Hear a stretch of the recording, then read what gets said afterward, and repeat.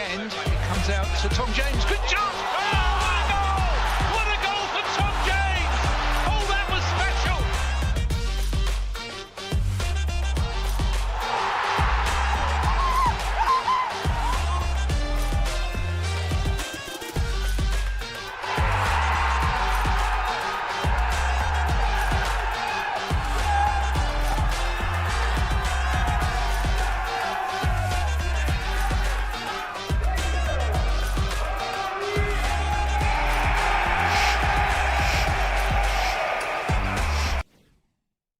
Good afternoon and welcome to Orient Live here in the E10 studio. It's a big one for the O's today as we look to get back to winning ways, and it's the opponents are Cheltenham Town. Hopefully the O's can grab a few goals and hopefully some points, because it's been a little while, hasn't it, Glen?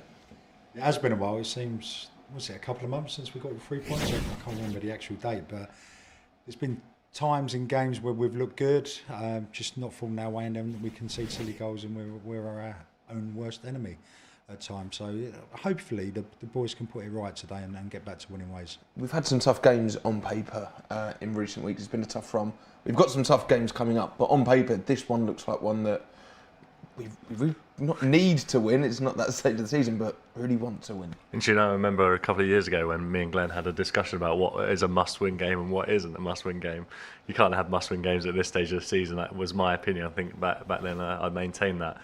But it is certainly a game that on paper, like you say, you have to be looking at getting 3 points, but also a comfortable 3 points, because they're bottom of the league. Cheltenham, they had a historically bad start to the season. They've picked up of late, and Darryl Clark, their manager, who's come in for the last 12 games, has turned their fortunes around to some extent. But they had such a bad start to the season that they are still kind of digging their way out of that hole. They sit bottom of the league, and whilst things haven't been good of late by any stretch of the imagination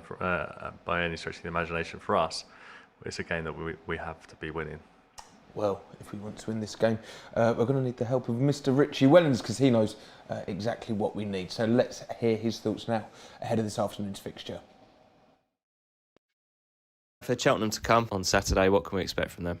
Tough game since Darryl's gone in. He's turned around, picked teams like Derby, Oxford, one more, Wigan.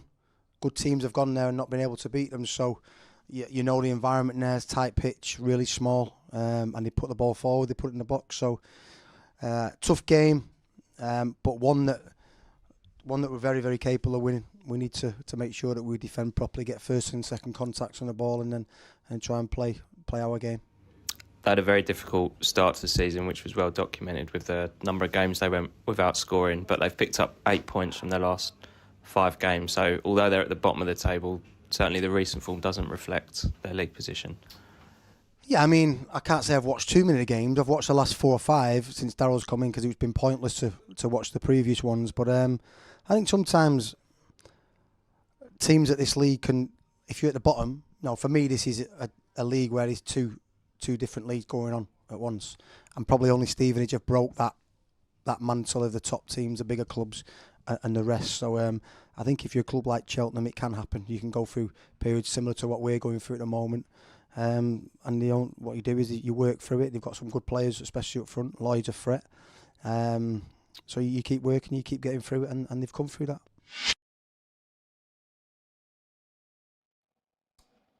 Well, Richie does know what we need, and he has gone for a fairly familiar looking starting 11, but not familiar to recent games. But let's take a look at it now. Looks very similar to a team you would have seen last year. So we've got Solbrin in goal, and then we have a back line of Jordan Brown at right back. Our 2 centre-backs are Dan Happy and Omar Beckles, and Rob Hunt is at left back. In the midfield, the captain Dan Pratley returns alongside Idris El Mazouni, and just in front of them is George Moncur. And then the 3 attacking players is Roel Sturiu, Theo Archibald and Dan Adji, who is leading the line. And on the bench for the O's is Sam Howes, Tom James, Ed Turns, Joe Piggott, Shaq Ford, Ethan Galbraith and Max Sanders. So it does feel like a very familiar starting 11, that, Glenn, one that won the league last year in League Two. Yeah, there's a good nucleus of players in that starting 11 today that played last season. Interesting, he's reverted back obviously with Cooper getting sent off, but with Beckles and Happy, who've played a large amount of games together in the centre of defence, and what Richie's just said there, that Cheltenham get the ball from back to front pretty quickly, so that would allude to them hitting long balls, whether they're long diagonals or straight down the middle. Those two, the strongest bit about their game is their aerial presence. They do very, very well in their duels in the air. So maybe that's his thinking, getting those two back, a bit of familiarity in the squad with, like you said, with the team from last year and the squad from last year. So looks like a very. I really like this team on paper. Look, they know what they should be doing. They know their jobs. I think we're in for a good performance today. Bringing in a bit of experience as well. We're going to hear from Omar Beckles shortly, but he said he's been out for 2 months recently. He's obviously a massive player for us in terms of what he brings on and off the pitch. Darren Pratley coming back in as well. Richie's obviously looking to his senior players here. Yeah, certainly, and I think that's really important to have players like Beckles and Darren Pratley back in. I think something that it's kind of not their fault really, but something that we have been lacking is a bit of seniority in the team, and you just see elements of naivety that have crept in of late that haven't really been helped by not having kind of like a true senior pro on the pitch there. So bringing Beckles and bringing Pratley back in will hopefully kind of help that out. I think having Pratley alongside players like Idris El Mazouni will hopefully free him up a little bit so he can drive forward that little bit more. But I agree with Glen entirely. It's a really good team actually on paper. It's also quite helpful, I think, that the fact that a lot of these players have played together a lot, because you just start to understand each other's game that little bit more. So hopefully it will turn the tide in our favour. We kind of could do with not just a win, but a really positive performance, because I think the last few weeks it's just been slightly off it. I'd take a bad performance in a win. I mean, I'll take that as well. But yeah, it's just been fairly uninspiring. Like last Saturday's game was kind of not good enough. Derby are a very, very good team, don't get me wrong, but then that loss against Chesterfield in the cup as well, just need to make those changes and hopefully change the tide before Christmas. It feels like potentially a switch up in our approach to the shape of the team. We were having a discussion if it's 4-3-3 or 4-2-3-1. How are you expecting them to kind of set up here? I think looking at the starting 11 on paper, the way we've put it down, we think Pratley and El Mazouni will be the two holding in front of the back four. Then that frees up Monka sort of in that 10 position behind whoever's got to be the central figure, whether that's, I always pronounce his name wrong, is it Adji? Dan Adji. Or Ruel, Theo coming in. It's a good. I like the way and the shape. I think our shape when we're attacking will be, and our formation attacking will be completely different to what it is when we don't have the ball. We'll play two different formations. When we have the ball, we'll be one formation. When we don't, I fully expect us to go to maybe a 4-4-2 or 4-3-3, but very narrow and keep them out wide. And it's an interesting front three as well. There's some pace in there, there's some trickery in there, and it's a new look one. We believe it's Dan Adji leading the line, so it offers something slightly different to your likes of Joe Piggott and Aaron Dryan in. Yeah, certainly, and so pleased to have him in the starting lineup. Because I mean, as we all know, he's been injured since his arrival at the club. But the flashes that we've seen of him in the 4 appearances that he's had last 4 games has been really bright. He's just got that kind of unpredictability about him from what we've seen. And we hit the post against Derby. He looked like a bright spot in a performance that was kind of lacking in kind of any sort of spark. And I'm looking forward to seeing what he can do. Hopefully that does mean that with Ruel probably out on the right hand side and Theo out on the left hand side, it looks like a very dynamic, quite. I'm sure their interplay, as long as they've been working well on it in training, which I'm sure they have been. If it comes off, then it's a very a very dynamic front three, which has goals in it. I know someone like Theo's only got 1 goal, 1 assist so far this season, but his performances, have been still spot on, in my opinion. So hopefully, fingers crossed, I mean, I'm not going to say 3 goals, Ollie, because you know that's never going to happen, but a couple certainly. It would be nice. So you say it's never going to happen, but if it does click, you know, you've got Ruel Sotirio and Theo Archibald hopefully quite high and close to Dan, and they're players that when they've got the ball at their feet, I think Andrew said unpredictability. They can magic stuff up, can't they? Oh, definitely. Looking at the front three, got Theo. We know how good he is when he's on his day, when he's on his game, and when he's really up for it. We know how good he is. Whether he plays on the right or the left, he's got pace. He can shoot from distance. He's gritty. He's determined. He's a great player. Ruel, exactly the same. Creates stuff. I've read a stat this morning actually, in all Ruel's appearances for Leo's. I think his goal ratio to game ratio is about 1 in 4. So as a striker, you'd probably want him to be doing a bit more, but we know how good he is. And when he's on form, like last season, the season before, he has spells where, like blocks of 8 games, where he'll score a goal, and he'll keep going. If we can get him back to playing that way and getting him in that form, I think we'll flourish. And obviously with Dan Adji, we saw what he was like last year at Crewe. We've seen bits of him since he's come back from injury. Once he gets up and going, I think that's an exciting front three. I wouldn't be surprised if we come off the pitch today scoring 3 or 4 goals. It wouldn't surprise me. I know there'd be a lot of people out there who would be shocked, but it wouldn't surprise me with that team. It could happen. Goal early doors, red card for the opposite, whatever. We could score a hatful of goals today. I'm loving the positivity, Glenn. You've highlighted I've taken your word for it, the 1 goal in 4 games for Ruel Sotirio on average.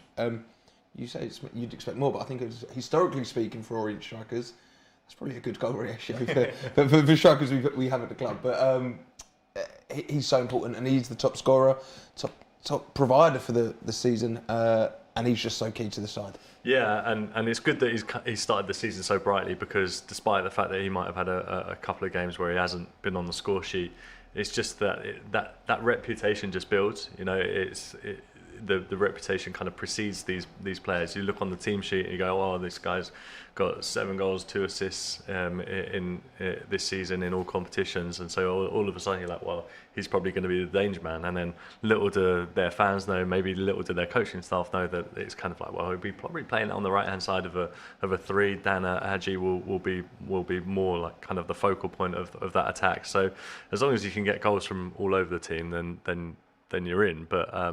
But yeah, it's kind of been an area that we have been struggling generally. I think, you know, again, talking about the last couple of games, Derby and Chesterfield, the problem with those was that we weren't really even getting any opportunities. And before then, I think the games against Wigan, we did have good opportunities. Against Lincoln, in a game that we lost, that we absolutely shouldn't have lost.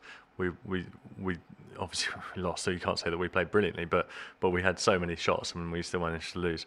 The last couple of games we haven't had those opportunities, and I think that's just something that we need to rectify today.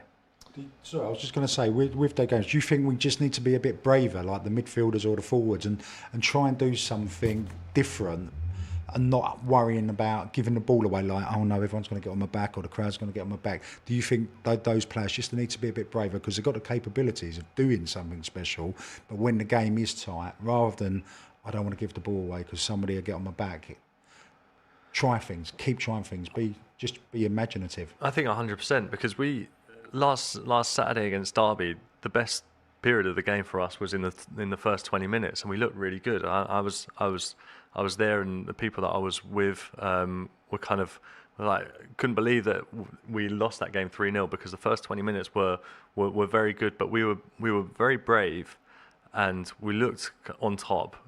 But we kind of, as soon as Derby got their goal, we just gave them a bit too much respect. And I think what we did against Wigan is that we're like, oh, these are a good team, and you can see they're a good team. But then we get the first goal.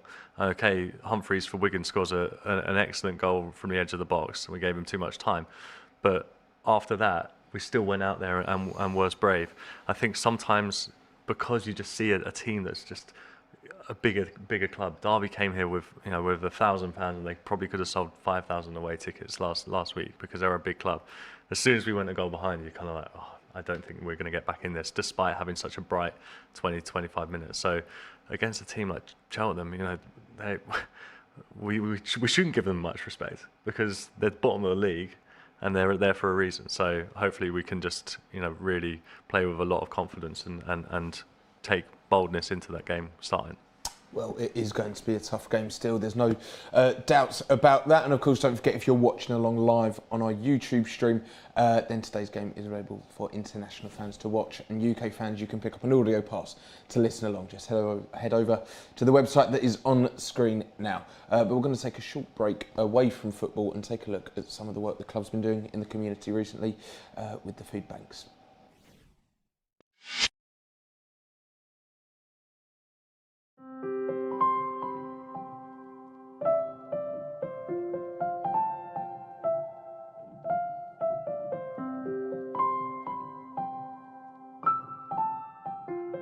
We're joining with churches and community groups across the country with an initiative called Love Christmas. Love Christmas is about distributing bags of kindness to individuals and families in need in our local communities. That could be anyone from maybe someone who's suffering from social isolation, someone who's vulnerably housed or homeless, or really any other family who's perhaps finding themselves in a position where they maybe don't have as much to be able to share around or to enjoy opening presents this Christmas. Idris and Olivia have come to help us begin packing the boxes. There was an amazingly generous set of donations given at the Orient game a few Saturdays ago. And those have been joined together with donations from across our local church community and other local businesses. And they are putting together the boxes that are going to be given out to families in Leighton and in Leytonstone and across Waltham Forest as part of the wider, about 1,000 that we're looking to put together over across Christmas. I think it's very important to help the less fortunate people, especially now it's the winter and with the living crisis. So I think it's important to help our community in the local area. And then, I think it's very good that the club get involved in stuff like that. It tells you everything about Leyton Orient. We value the local community and we like to reach out as much as we can, and doing things like this to show how much the community is at the heart of what we do as a club. I think this is absolutely fantastic, and this really underscores that community ethic that we see at Leyton Orient week in, week out, really. This is the club joining together with its local community to see people who may be finding things a bit tougher this year for all sorts of reasons. We know there's so much going on, so many dynamics in people's lives right now. Cost of living, it's the issues with our bills and everything is making life a bunch harder for a lot more people. And this is, people who've got some time, or they're using the opportunity, the fan base that they've got, to reach out and say, hey, look, could we draw alongside our families and just offer a bag of kindness and to bring a little bit of joy into our community this Christmas.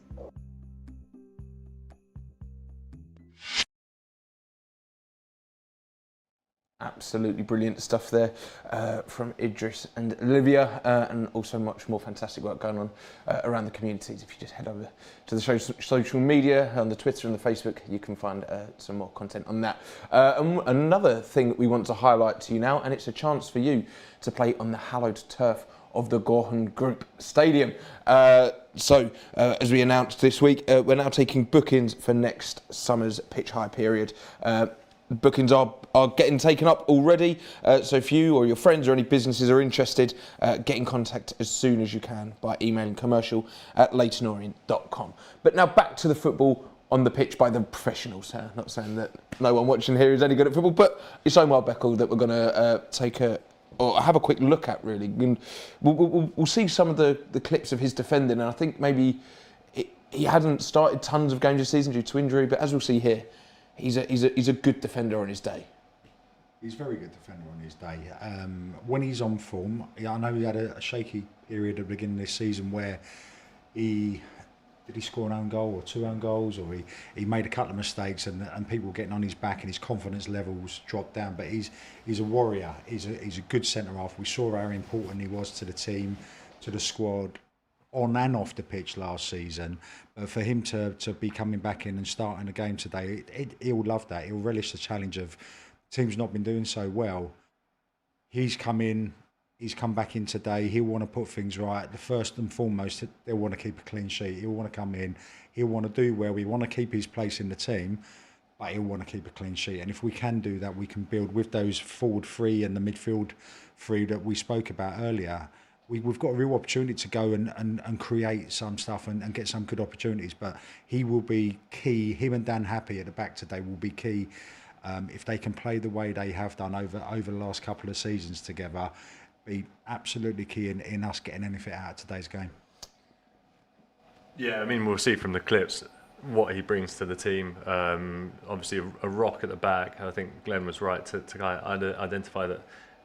He had a slightly shaky start to the season, but I think some of the criticism of him in those first couple of games was slightly unfair. You know what you're going to get from him in that he's a leader, very passionate player, but also an excellent defender apart from this one.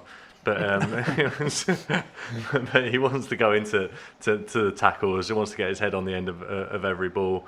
Him and Dan Happy have that understanding with them because they played together kind of for a fair amount of time now. This one, it was a good ball, touch lets him down. But he's a player that personally I enjoy watching. When I look at the team sheet, I kind of go, right, we're in a better place with him in the team. It's going to be interesting because he's coming back from a couple of months injury today. So, yeah, hopefully he's up to speed and hopefully, like Glenn said, getting a clean sheet. I mean, that would be a fantastic place to start because it's been a while since we've kept one. What I like about him is when he does the basics, just do the basics well. When I get a bit nervous is when he's got too much time to think, when he's got the ball at his feet. That's when I get a bit nervous because as a centre-half he's always looking and he's prone to sort of make the wrong decision. But when he doesn't, if he's just got to defend and if Cheltenham are going to play front to back quickly and it's going to be like a battle with his opposite number, I can see him coming out on top of that. And that would be the perfect game for him to come back into today if it is that type of game. Well, it's just under 10 minutes until kickoff, so let's take a look at how the home side are lining up for this afternoon's fixture. And it's Cheltenham Town FC, and in between the sticks for them is their number one, Luke Southwood. We have the captain, Sean Long, Ben Williams, Lewis Freestone, Liam Sercombe, Will Goodwin, Will Ferry, George Lloyd, Elliot Bonds, Curtis Davies, who's an Orient fan, of course, so hopefully he'll do us a favour and chuck one in the net this afternoon. And finally, Tom Pett. And on the bench for for Cheltenham is Tom Bradbury, Aidan Keener, Curtis Thompson, Jamie Pardington, Liam Smith, Cameron Pupion, and Nathan Butler Oyedeji. So that's how the home side are lining up. We've touched on it briefly, but they are bottom of the league. They did have a shocking start, but there's some names in there that jump out. Curtis Davies obviously being one. Yeah, he's very experienced centre-half, isn't he? Like you said, he's a Leyton Orient supporter, so let's hope he makes a few mistakes today to help us out. But new managers come in, their form's sort of taken on. It's got a bit better since he has come in. They went for a period of games, I think it was 9 games without scoring a goal at one point, so they were really struggling in front of goal. They've started to score goals, they're picking the odd point up here and there. It's going to be a battle. It will be a battle. They're bottom of life. They're scrapping for their lives. They want to get away from the trapdoor, So I fully expect it to be a really good game today. We're going to see some highlights of their recent, call it a revival maybe. I think they've only lost 1 in their last 5. But as we'll see here, they have learned, or they've found out where the goal is, and they've started scoring some decent goals, Andrew. Yeah, it's been really good goals. We'll see from the package here that you wouldn't believe that they had. I think it was historically the worst start to a season in that they didn't score in. As Glenn said, they didn't score in their first 8 or 9 games, and it's the worst start to any football league season by any club ever. But it's they've got a couple of players up top there. Will Goodwin, who's their number 9, and then George Lloyd, who's the number 19, that we need to look out for because they've scored. I mean, that's lucky, that one, but they've scored some really good goals of late. So this one is particularly excellent from Robert Street, who's also got 3 goals, 3 assists as well this season. They've picked up. They've been playing all right. They had really one eye-catching result a few weeks ago against Oxford, where they beat Oxford United 2-0, and Oxford, I think, one of the best teams in the division. Certainly, one of the teams I've been most impressed with. So, they are capable of picking up points now. I think it's unfortunate that we're playing them at this moment in time because we've been in poor form and they're picking up. But as Glenn said, they are still bottom of the league. They're bottom of the league for a reason, and despite it being a slight turn in their fortunes, they've still only won one in their last 5 games as well. A couple of draws in there, one, and that includes a loss in the Football League Trophy, to be fair, against West Ham under 21. So we can probably look past that one. But it's a game that we absolutely should be going there with confidence to be winning. They have won 2 in their last 5. But not just picking you up on that one there. But they've still conceded 28 goals this season, only scored 11. Well, if we're looking at this as an exciting Orient attacking lineup, this is the perfect team to go and find some goal scoring form, really try and test this leaky defence. Yeah, definitely. What I would like to see today, and I don't think we've done it much this season, is go in front. We need to go in front in the game, and when we do, we need to put our foot on their throats and really go for it, rather than letting teams get back in the game and getting a goal back. We need to, if we get our noses in front, we need to keep punishing them and keep going for it and keep going and get that couple of goal cushion, because against a team like this, if you go a couple of goals ahead, they've been down there all season. The mindset will go. They'll start. They won't come out at us even more anymore. And I think it'll be really negative for them if they do go a couple of goals behind. That it could be. I know we joked earlier about scoring 3 or 4. It could happen today. It really could. Well, the players are very nearly ready to make their way out of the tunnel, and it's just under 5 minutes until kick-off. So let's remind ourselves of how the O's are going to be lining up one more time. In between the sticks is our number 1, it's Sol Bryn. It's a back 4 today with Jordan Brown at right back, Rob Hunt at left back, and then the very familiar centre-back pairing of Dan Happy and Omar Beckles. In midfield, the captain returns, and it's Darren Prattley alongside Idris El Mazouni. He's wearing the 18, of course, Darren Prattley not. 15 in the 10 role, just ahead of him is George Moncur, and then it's an attacking 3 of Ruel Tatiru, Theo Archibald and Dan Adji. And on the bench for the O's, Sam Howes, Tom James, Ed Turns, Joe Piggott, Shaq Ford, Ethan Galbraith and Max Sanders. And hopefully that starting 11 can pick up 3 points, and they're making their way out onto the pitch very, very shortly. So let's hand over to our match commentary team now of Dave Victor and Matt Hiscock.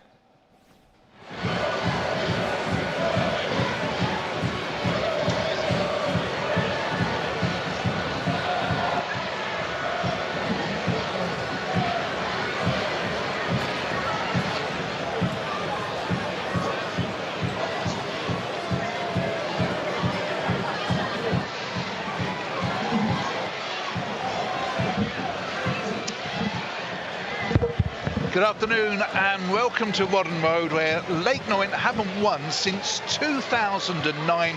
The last victory, though, Matt Hiscock, came on the road. Could we see another away win this afternoon? Well, I certainly hope so. I know there was a lot of Orient fans talking ahead of this one as a must-win game. I'm not sure it is a must-win, but it's certainly one you do not want to lose. It's a big game. It's a massive game. Let's get ourselves a stretch on Cheltenham at the bottom of the league. They have picked up form. It's certainly a big game, no doubt about it. It certainly is. And there's plenty of changes for the O's. They're going through experience, and it's great to finally see Dan Adji in the starting 11. Yeah, long time coming. We've seen little glimpses in the last couple of weeks or so, but today he gets his start, and he could be a really influential player this afternoon, because he will be facing up against the 38-year-old Curtis Davis at the back. An Orient fan, of course, Curtis Davis. He's made that well known over the years, but you just feel with Adji's pace, Archibald on the left, Satiru, Moncur, they should be trying to get at Davis and try and get on his weakness, which is the lack of pace. Born in Leytonstone, so of course he supports the mighty O's, who are in a change strip of the all dark blue. And Darren Prattley is wearing the captain's armband, and George Moncur finding experience in midfield. And at the back, in place of Brandon Cooper, is Omar Beckles. Yeah, as you say, 3 changes for the O's. Cooper suspended now, won't see him till the new year. Tom James drops to the bench, Joe Piggott drops to the bench, Beckles, Pratley, Ajayi all come in. You look at the team, you look at the shape, certainly experience in there with Pratley coming back. They will need leaders this afternoon. Beckles and Pratley played a hell of a lot of games. They'll need to get them through the game if there's any particular tough points. If the home side were to go ahead, Orient are going to have to really group and fight and work hard, because Cheltenham will give you nothing at all. They're on the up. Daryl Clark, since coming in, has really picked up the form, and they are now looking upwards. It is astonishing that they went 11 games without scoring a goal, but Daryl Clark in the January transfer window is saying that he's not looking for a striker. He's happy with the four he's got. Yeah, I agree. It's remarkable, isn't it? You look at a team, if you haven't scored in your first 11, you're already penciling them down as relegated. You think that's it, season over. If you can't score a goal, you won't win a game. But he has come in, he's transformed the atmosphere. They've picked up. They've got some good results here. More recently, a 2-0 victory against Oxford. It's a much changed side. Goodwin has got 5 goals. Street's got 3. Circum 2. They're now scoring. They're now playing with a bit of confidence. The O's are going to get this game off and underway. To say it's a big period for Cheltenham. This is the first of 5 matches that they think they can win. They've got Carlisle, Shrewsbury, Reading and Northampton to follow, and they have targeted 9 points that they think will take them out of the bottom 4 come the new year, which would be quite remarkable. Leyton Orient want to make sure that they're still looking up the table after this afternoon's clash, as